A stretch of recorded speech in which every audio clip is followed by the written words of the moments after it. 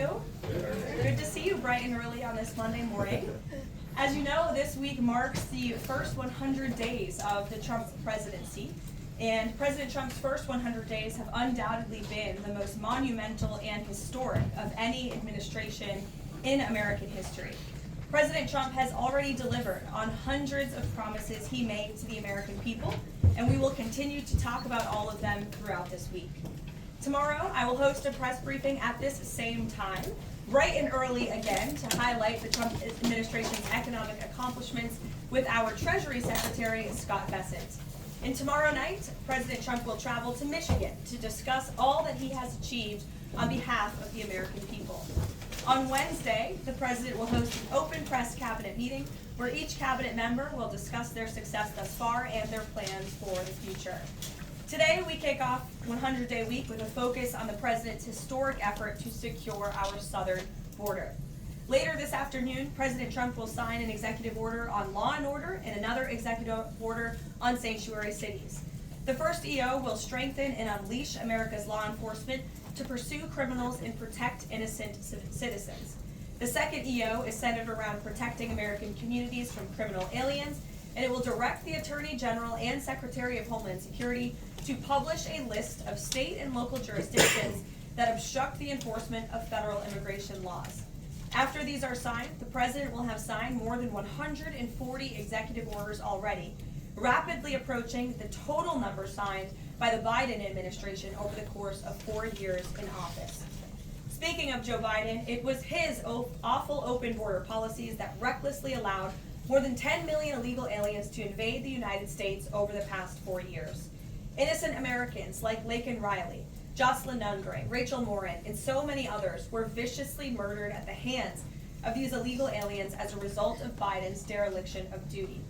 That's why one of President Trump's central campaign promises was to secure the border and end this invasion. In just under 100 days, 99 now to be exact, the President has overwhelmingly delivered on that promise. America's borders are now secure because of President Trump. He has restored the rule of law, enforced our immigration laws, and defended America's sovereignty. The President immediately declared a national emergency on the southern border, deployed the U.S. military and Border Patrol to repel the invasion, and ended reckless catch and release policies. The results have been nothing short of extraordinary. Between President Trump's inauguration and April 1 of this month, only 9 illegal aliens were released into the United States, a staggering 99.99% decrease from the more than 184,000 illegal aliens who were released into the country under Biden during the same period last year. The number of unaccompanied illegal alien children arriving at the border has also hit a record low.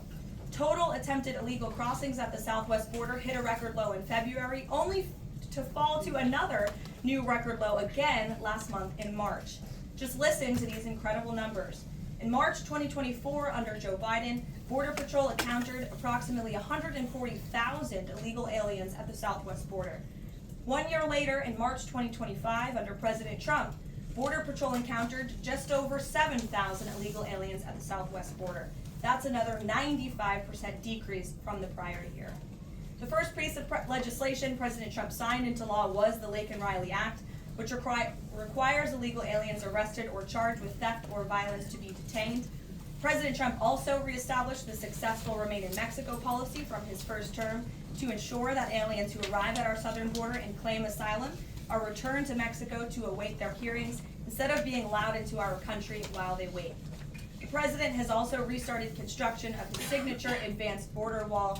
More than 85 miles of new border barrier are already in various stages of construction and planning.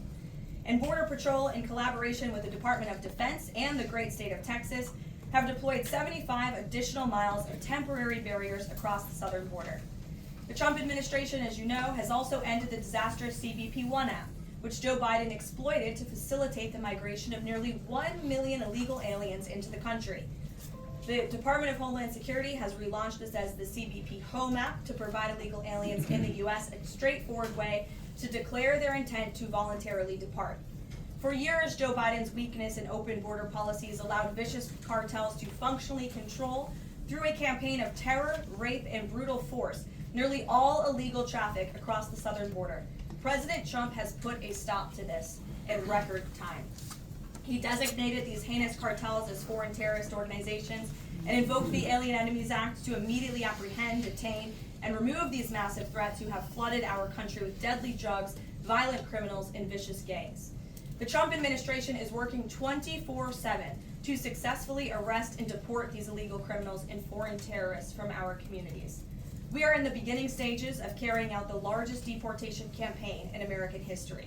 Over this past weekend, it was announced that through Operation Tidal Wave, a joint effort between ICE Miami and Florida law enforcement agencies, nearly 800 illegal aliens were arrested during the first 4 days alone.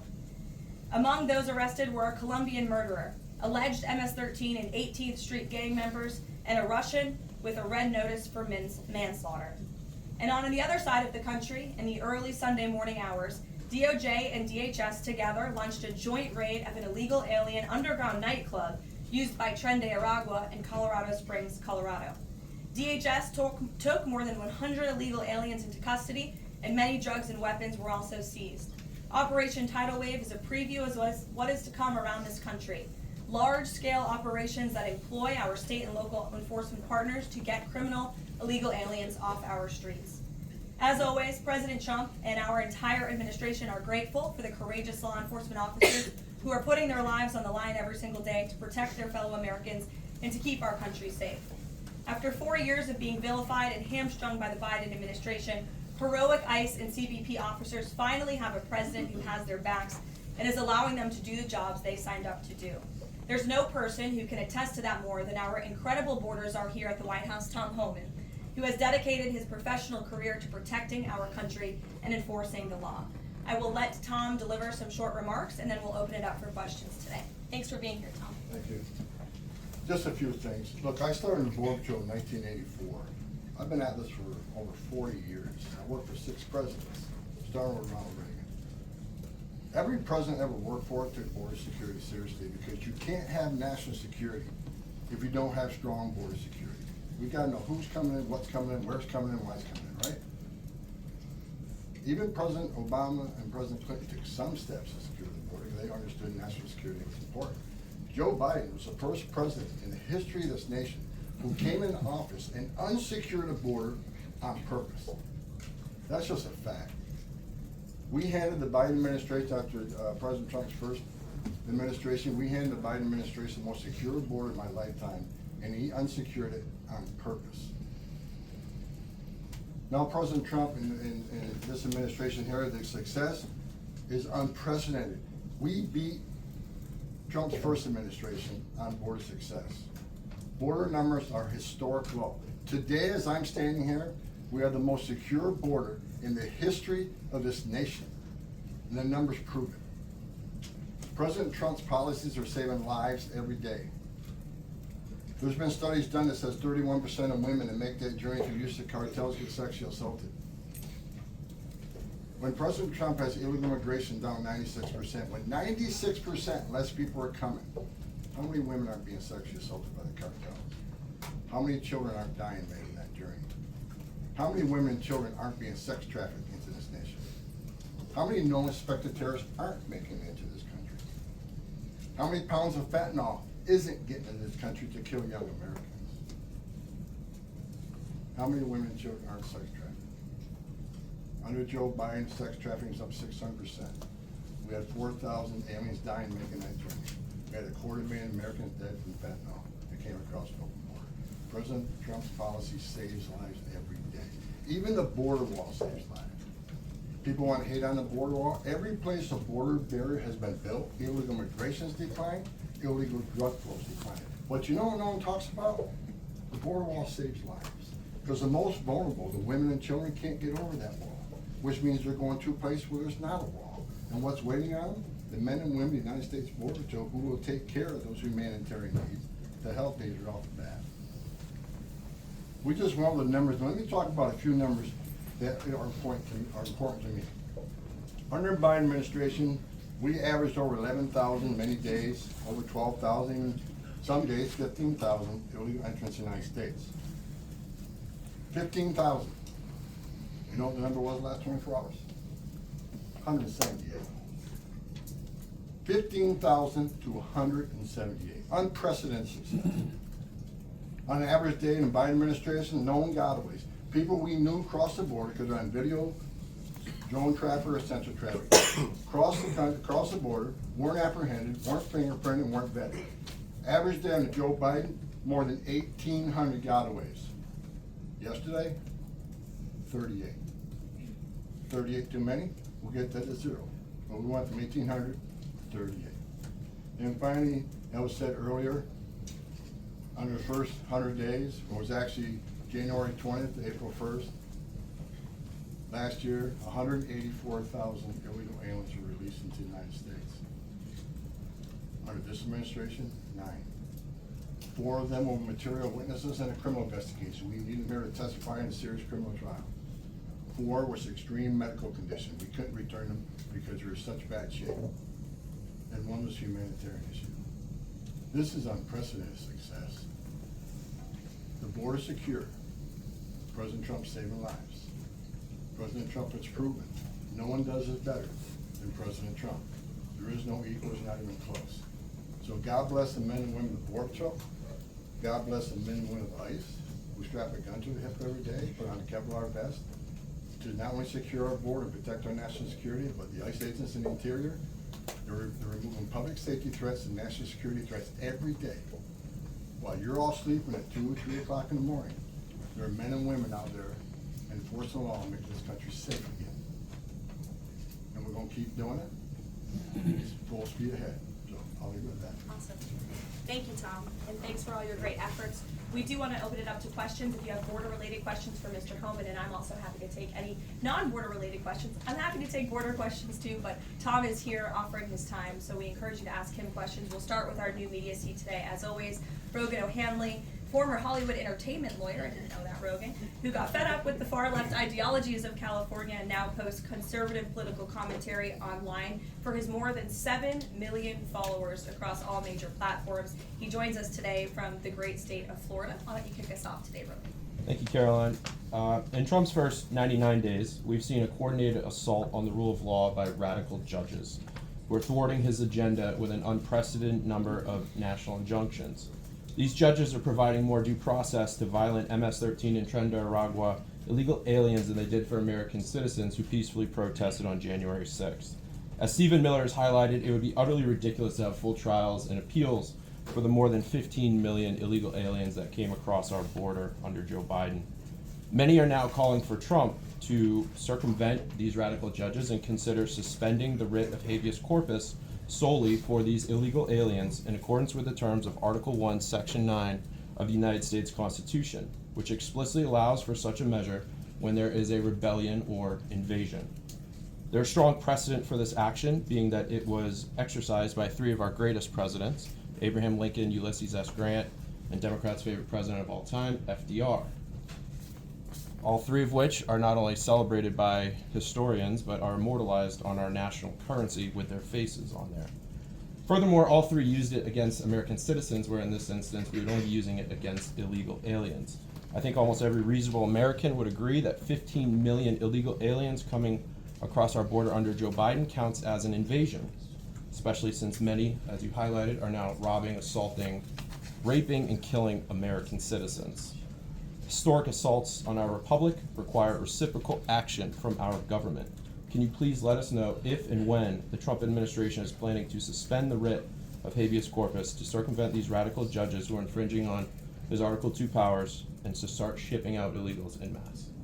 I have not heard such discussions take place, but I can assure you that the President and the entire administration are certainly open to all legal and constitutional remedies to ensure we can continue with the promise of deporting illegal criminals from our nation's borders. And I also agree with the premise of your question, which doesn't happen in this room often, but I do agree with yours.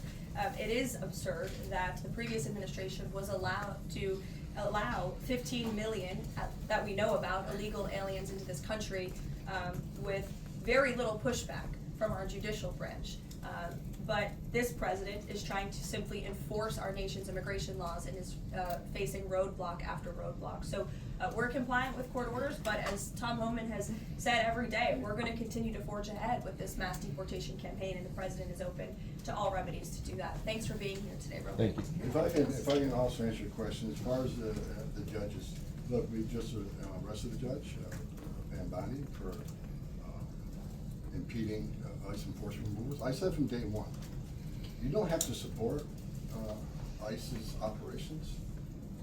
You can support sanctuary cities if that's what you desire to do. Sanctuary cities can stand aside and watch ICE keep their community safe. Because any public official, whether you're mayor, city councilman, or governor, their number one responsibility is protection of communities. And ICE has been clear, we're targeting public safety threats and national security threats. I can't believe there's any elected official, and especially a judge, that doesn't believe we should be doing that, and they should be helping us. What I said from day one, you can sit aside and watch, you can argue against us all you want, and protest all you want, but when you cross that line, I've said this 1,000 times, when you cross that line to impediment or knowingly harboring, concealing an illegal alien from ICE, you will be prosecuted, judge or not. And as far as releasing so many people, you know why the Biden administration released millions of people in the United States? No one ever talks about it. I'll talk about it. Why did they release people into the interior of the United States and put them, rather than put them into an ICE bed? Why not put them in an empty ICE bed, $127 a night, rather than in a hotel room at $500 a night? They did it on purpose, because when you put them in ICE detention bed, they get a hearing in 35 days. Court records show 9 out of 10 people claim asylum, get order removal, they're gone. But if you release them and put them in a hotel room at $500 a night, your hearings can be 5, 7, 9 years. You pull out all appeals. And what are they hoping for then? That another Democrat administration is in power. They're going to warrant amnesty to millions. This is about selling this country off for future political power. That's what it was. The law clearly says, if you arrive at our border without proper documentation, you shall be detained. Not maybe, not think about it, shall. And that's what President Trump's doing. Catch and release is over. That's what the law says, and that's what we've done. Harry. A question on Abrego Garcia, if I can. The president recently said when it comes to facilitating his release, he's leaving that up to his lawyer. So just to be clear, have there been any negotiations between the U.S. and El Salvador over his release or facilitating his release? I will tell you what the president of El Salvador told all of you in the Oval Office. El Salvador does not intend to smuggle a designated foreign terrorist back into the United States. He is an El Salvadorian national. That is his home country. That is where he belongs. And the administration intends to comply with what President Bukele said of El Salvador. He does not intend to send that individual back. So that's a no, there's been no talks? What I have told you is that the president of El Salvador has made this quite clear. Kate. Karoline, can you tell us more about the meeting between President Trump and President Zelensky over the weekend? Did that meeting change anything? Did Trump leave that meeting thinking differently about negotiations and next steps on this? Look, the president talked about this after the meeting himself yesterday when he took questions from reporters on Air Force One. He thinks that he is increasingly frustrated with leaders of both countries. He wants to see a permanent ceasefire. I understand Vladimir Putin this morning offered a temporary ceasefire. The president has made it clear he wants to see a permanent ceasefire first to stop the killing, stop the bloodshed. And while he remains optimistic he can strike a deal, he's also being realistic as well. And both leaders need to come to the table to negotiate their way out of this. And I do think that the president meeting with President Zelensky shows that he is exuding a lot of effort and time into this because he wants to be a peacemaker president, which he was in his first term. He intends to do that again. And this is an incredibly difficult situation and conflict that President Trump inherited from President Biden, who allowed this war to start in the first place, but he's focused on solving this problem. Does anyone have border questions? Sure. Thank you, Caroline. If border crossings are at a record low, why should it still be considered an emergency?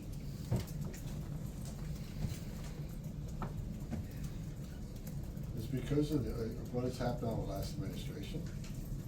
We got to ensure that not one ounce of fentanyl comes across the border to kill Americans. The president has declared the cartels of Mexico, the terrorist organization, along with MS-13 TVA, they're killing more Americans than every terrorist organization in the world combined. It's an emergency to shut it down. It's an emergency so the cartels are wiped off the face of this earth. President Trump's committed to saving every life. Now, I just mentioned Gotaways, 38 yesterday. Who are the gotaways? Where do they come from? We had over 2 million gotaways under Joe Biden's administration. Why did 2 million people pay more to get away? Under the Biden administration, you pay a cartel this amount of money to cross the border. Cartel job ends at the border. To turn yourself in a green uniform. Get released in 24 hours. Get a free airline ticket to the city of your choice. Get a free hotel room. Get 3 meals a day. Get free medical care. Get work authorization in 90 to 120 days, which is a real risk. Why did 2 million people pay more to get away? Because they didn't want to get that.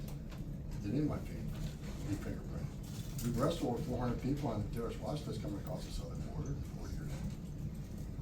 How many of the 2 million came from countries sponsoring terror? You think it's 0? And you're ignorant. This is the biggest national security failure this country's ever seen. This is the border emergency until we end it, end all of it. We're making good strides, but right now it's still an emergency until we shut it down. Go ahead. This is a question for Mr. Homan. Late last week, there were 3 U.S. citizen children who were removed with their mothers who were in the United States illegally. There have been a federal judge in Louisiana who was appointed by President Trump said that he was concerned that there was, quote, no meaningful process. Are you concerned that due process, at least for the U.S. citizen children, is being flouted and that the speed at which the enforcement is being done could lead to errors, as was the case in the Rogan Garcia case? And then also, if you could give an update on the deportation numbers under this administration and whether you're pleased with them. First of all, I don't accept the term error in Rogan Garcia. There was an oversight. If there was a withholding order. But things have changed. The facts showing the withholding order has changed. He is now a terrorist, which is the withholding order set aside. And the gang he was fearing from being removed out of El Salvador no longer exists. So the facts around that case are totally different. I'll let the lawyers litigate that.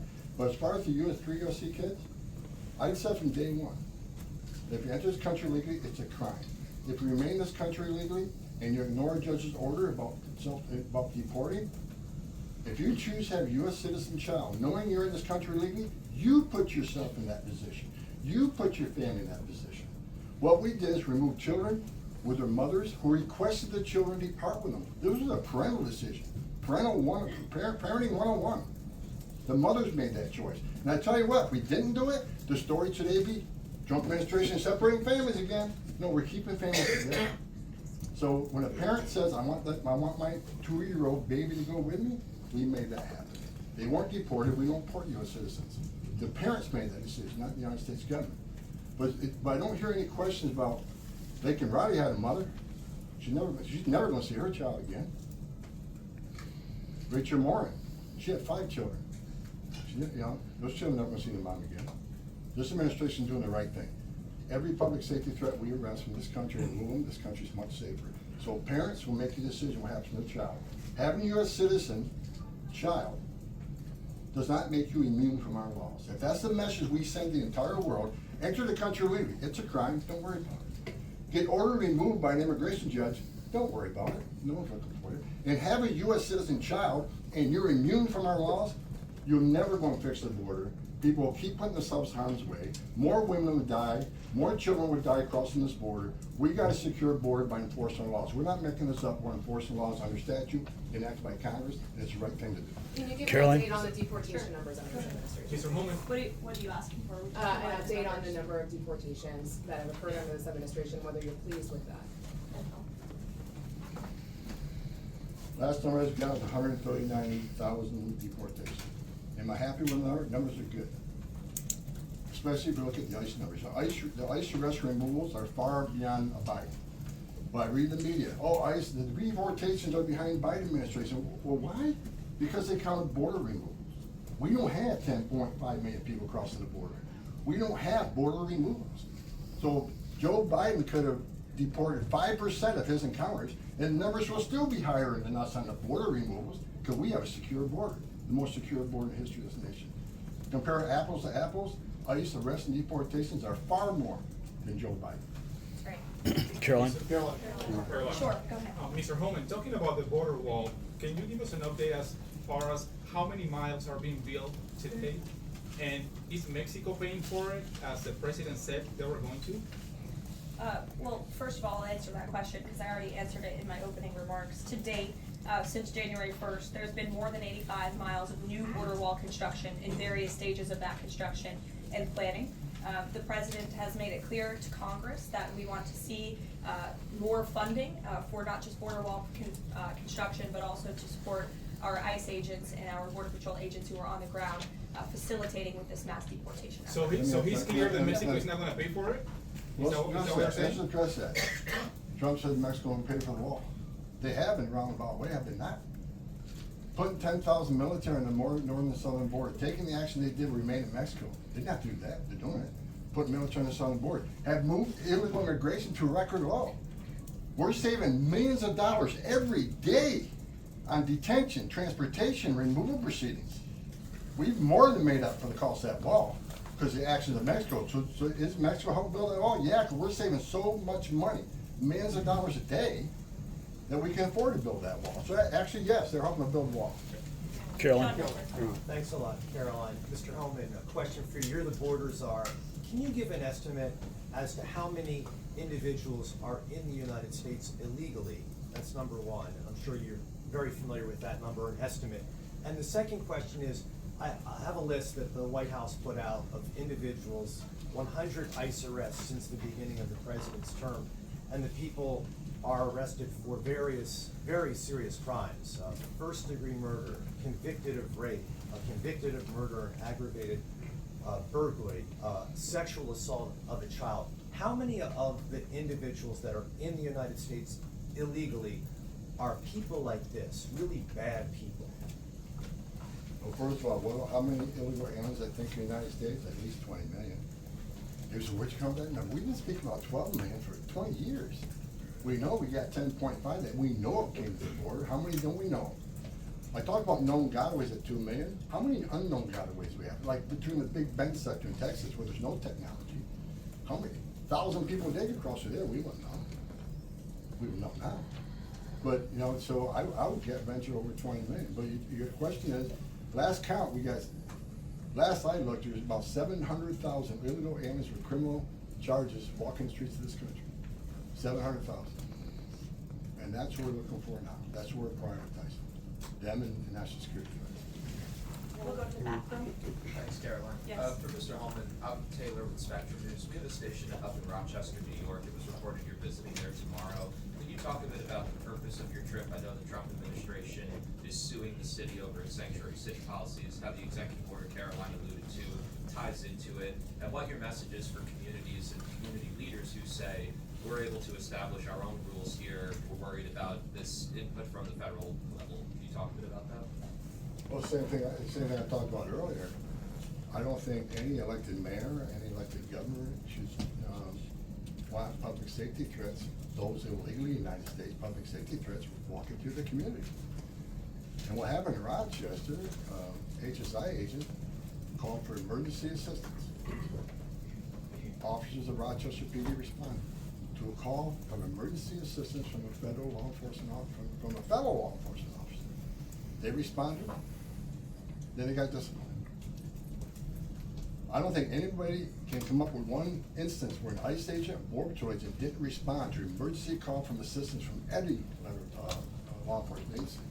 Cops need to help cops, especially in emergency situations, but they got disciplined. And I met those officers down in Nashville soon after, I think it was a couple of days after it, and I told them I stand with them. They did the right thing. Law enforcement responding to emergency assistance from law enforcement. So I'm going up there to support the men and women law enforcement, the men and women who carry that badge and gun every day. They're working the streets at 2 a.m. while we're all sleeping. I'm going to give my support, and they just announced a lawsuit, and that's one of many. Sanctuary City is going to be sued on this administration for flouting immigration law. I mean, the law's clear, and they're violating it, and this administration is going to take actions. I'm going to show my support of men and women law enforcement. I started as a cop.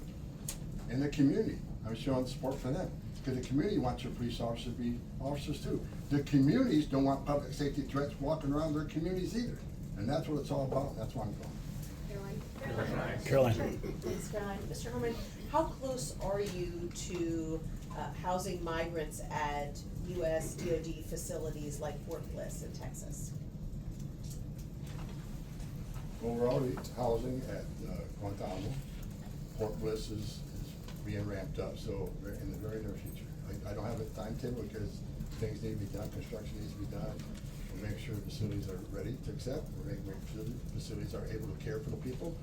They're going to be detained, so I don't know the timeline right now. It changes every day because of various issues, but we're working on it. Are you intending to hold families there, including families with American citizen children? Family residential centers are for families.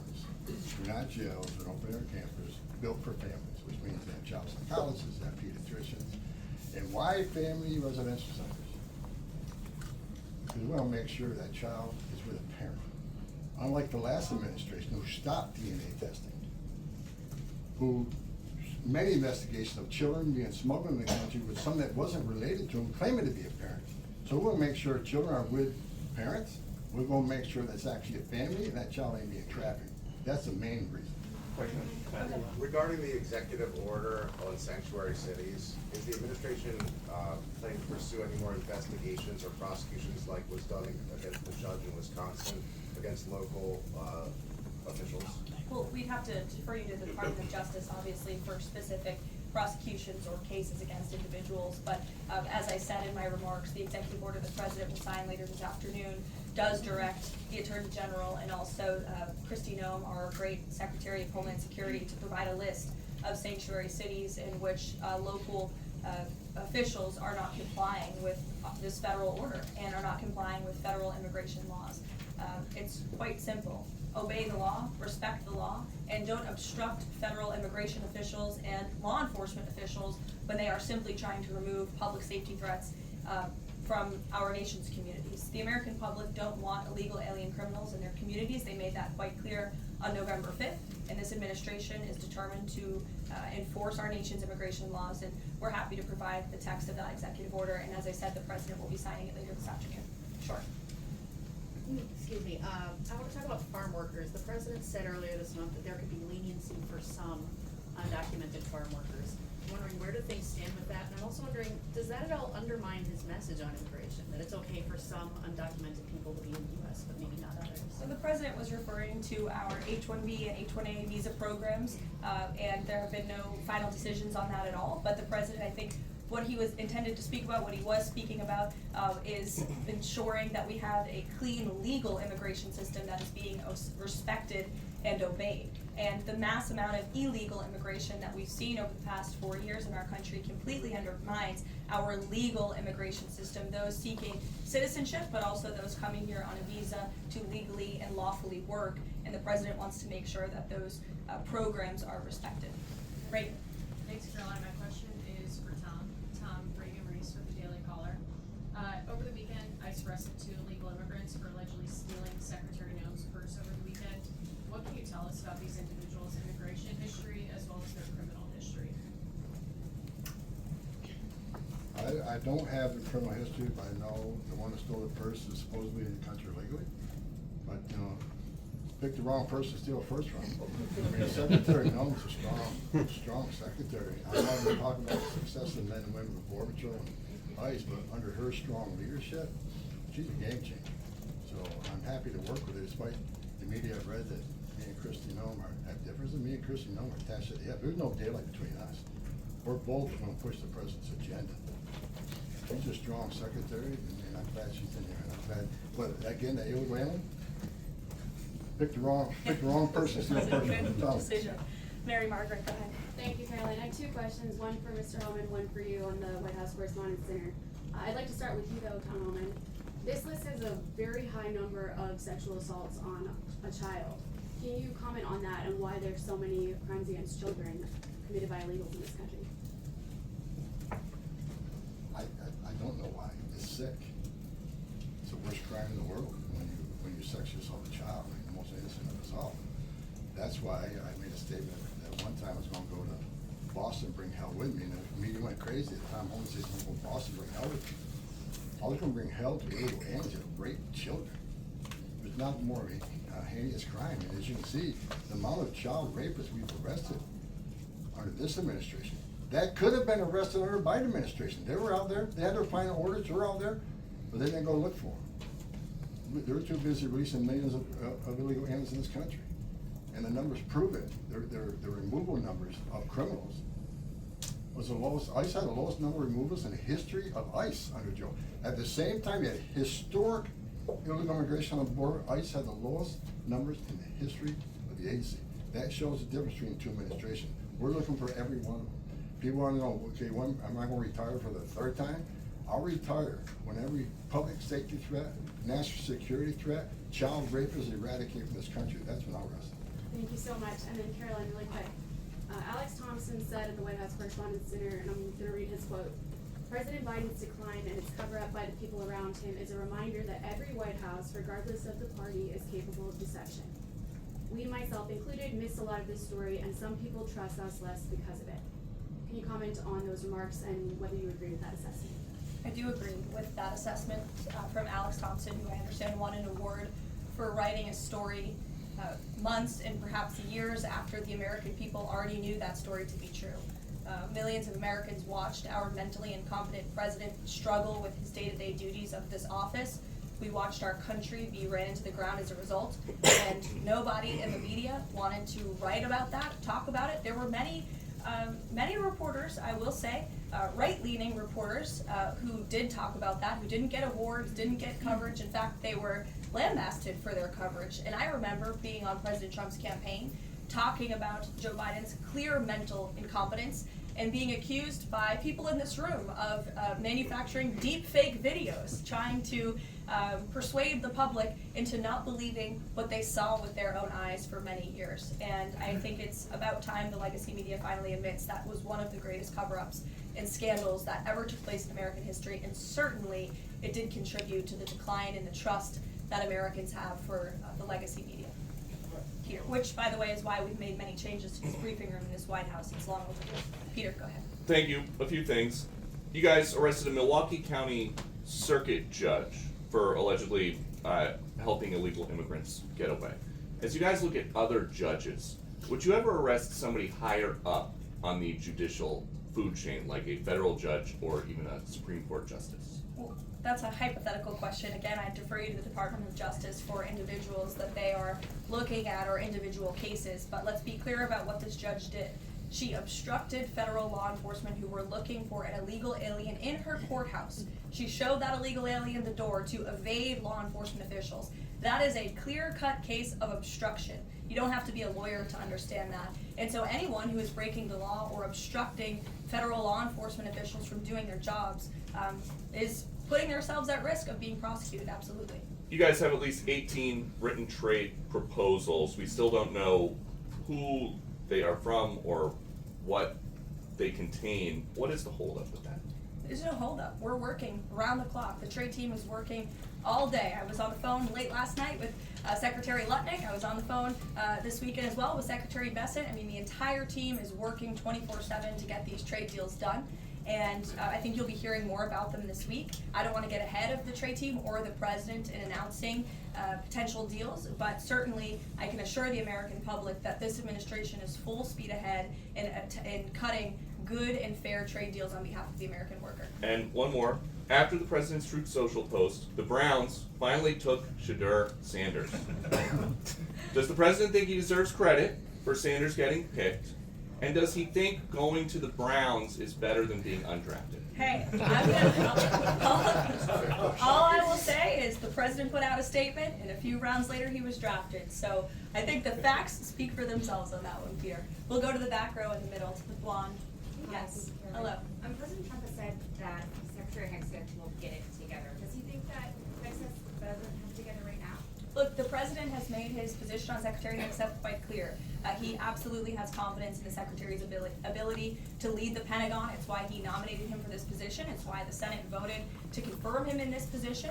And look at the success that DOD has had thus far. Their successful operation against the Houthi terrorists in the Middle East. You look at the recruitment and retention levels for all branches of our armed forces are on the incline, which is exactly what this president intended to do. Secretary Hegseth has completely wiped out DEI from the Pentagon as well. And so he's going to remain focused on standing up for our war fighters, on implementing President Trump's peace through strength foreign policy agenda abroad, and the president supports him in his role. Sure. Many are wondering how these 10 or 20 million people are working. Is there some efforts to clamp down on employment because they're working somewhere to keep state or? The number of worksite enforcement actions have tripled this year, and it's going to triple again. Because in sanctuary jurisdictions especially, if we can't arrest a bad guy in the safety and security of a county jail, we're going to release him into the community. That means we go into the community. If we can't arrest him in the community, we'll arrest him at the worksite. We gotta do what we gotta do to arrest public safety. There's no sanctuary for public safety drugs in this country, so worksite enforcement is going to increase even more than it already has. And another reason for worksite, the last administration stopped worksites. Where's the number one place we find victims of trafficking, victims of forced labor trafficking and worksites? So not only are we going to enforce law on worksites, we're going to save victims of trafficking. That's another reason we've increased worksite enforcement. Well, go ahead, Brian. Sure. We'll take one more question. Thank you. This is for Mr. Homan. We all walk by these heinous yard signs that are along Pebble Beach.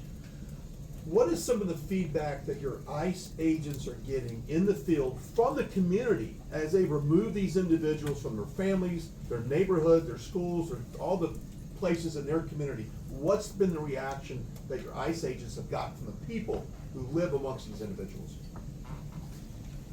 The morale of ICE and Border Patrol is at all-time high because they're getting to uphold the oath they took, and they're enforcing the law. Border Patrol and the Biden administration, I met with hundreds of them. They felt like Uber drivers and tourist agents.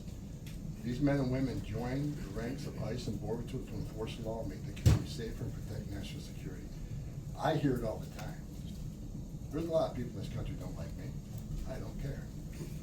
But when I walk through an airport, I have many people walking up to me and thank me for what I'm doing, and I'm not taking credit for anything. The success of the border and immigration enforcement is President Trump and the men and women wearing that uniform. God bless each and every one of them. But I take a pleasure in seeing it because in 40 years of doing this job, people always want to say, why are you so emotional when you testify? Why are you so emotional on network? Because if they wore my shoes for 40 years, they don't understand why I'm emotional. I've talked to little girls as young as 9 years old, raped multiple times by the cartel members. And when you get to your knees and you talk to that little girl and everything innocent and pure has been ripped from her, when you listen to Lincoln Riley, 17 minutes, that young lady fight for her life, don't just think, okay, a young woman died. Think of how she died, the terror that she went through, and these children are sexually assaulted. I stood in back with tractor trailer and 19 dead people at my feet that baked to death. Illegal immigration is not a victimless crime. And so every sick person we take off the streets, especially child rapists, makes this country much safer. Every illegal alien we arrest, public safety threat, one at a time makes this country safer. Well, I got one thing I need to say real quick before I leave. Take your notes from me, Tom. Take my notes from me. I'm going to read it. I don't want any misinterpretation when I'm reading it. The registration requirements on 8 U.S.C. 1302. If you're illegal alien in the United States, this message is for you. You cannot hide from ICE. We're actively looking for you. Federal law requires every alien in the United States who has been present in the United States more than 30 days needs to register. For those 14 years or older, you need to be fingerprinted with the Department of Homeland Security. Federal law requires every alien in the United States to tell DHS in writing if you have a change of address within 10 days of changing that address.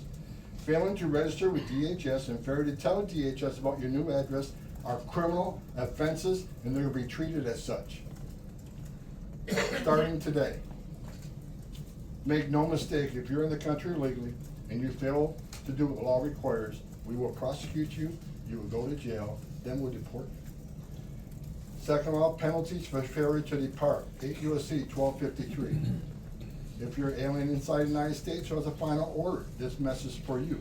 If you have a final order, the Trump administration is committed to enforcing our immigration laws, especially for those aliens who have received final orders of deportation.